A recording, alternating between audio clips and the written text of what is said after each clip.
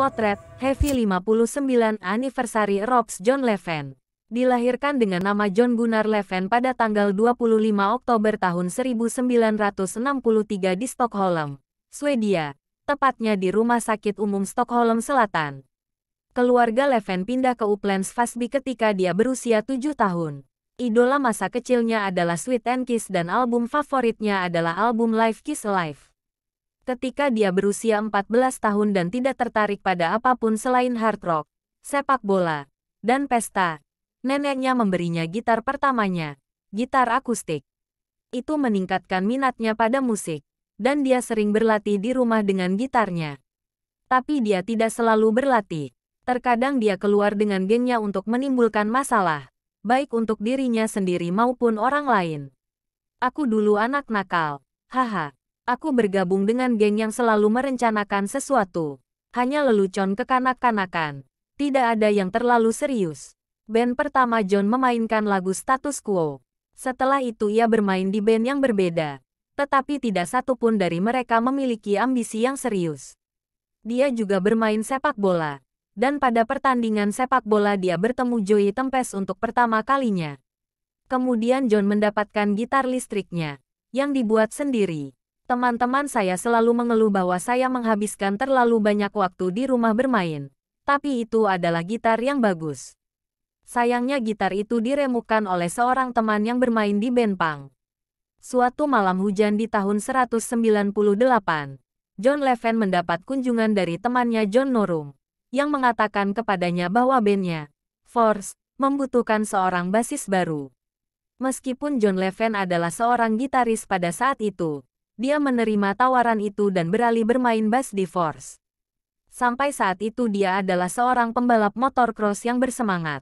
Tetapi ketika saya mulai bermain dengan orang-orang ini, saya berkata kepada ayah saya bahwa saya ingin menjual sepeda dan membeli rig bass.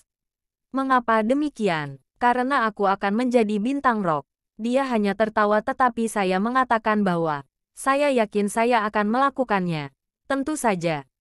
John tidak terlalu peduli dengan sekolah, yang berarti bahwa dia berakhir dengan nilai sekolah yang buruk, seperti Norum. Setelah wajib sekolah ia dididik menjadi mekanik bengkel. Pada April tahun 1981 John mendapat tawaran dari gitaris Yngwie Malmsteen untuk bergabung dengan bandnya, Rising Force. Dia sangat tersanjung sehingga dia tidak bisa menolak tawaran itu.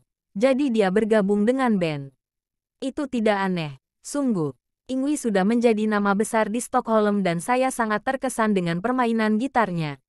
Mantan basis Yngwie, Marcel Jacob, menggantikan posisinya di Force. John merekam sebuah single dengan Rising Force, We're Gonna Break Them All, tapi tidak pernah dirilis. John merasa dia tidak cocok dengan Yngwie dan suasana keseluruhan di band terus memburuk.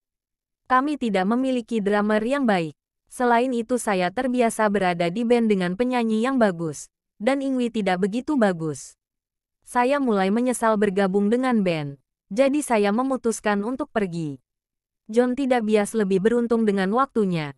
Karena pada saat yang sama Marcel Jacob telah meninggalkan Force. Jadi kedua basis itu bertukar tempat sekali lagi. Pada saat yang sama Force berpartisipasi dalam kontes Rock SM pada tahun 1982.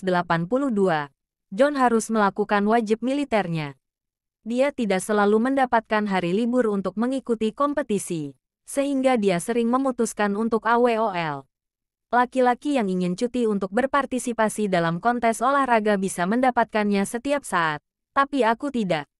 Bahkan setelah Force mengubah namanya menjadi Europe, memenangkan Rock SM, dan memulai rekaman album debut, masalah John dengan militer masih belum berakhir.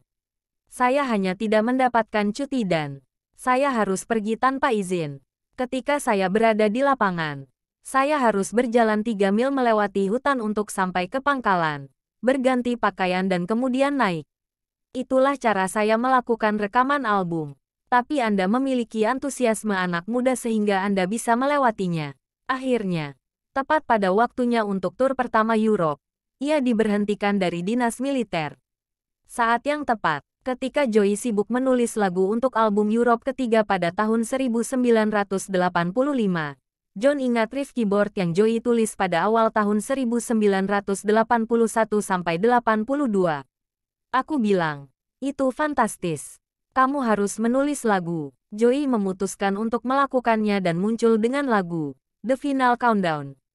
Baik John Levin dan Ian Haugland seharusnya bermain di Face the Truth, album solo kedua John Norum pada tahun 1992.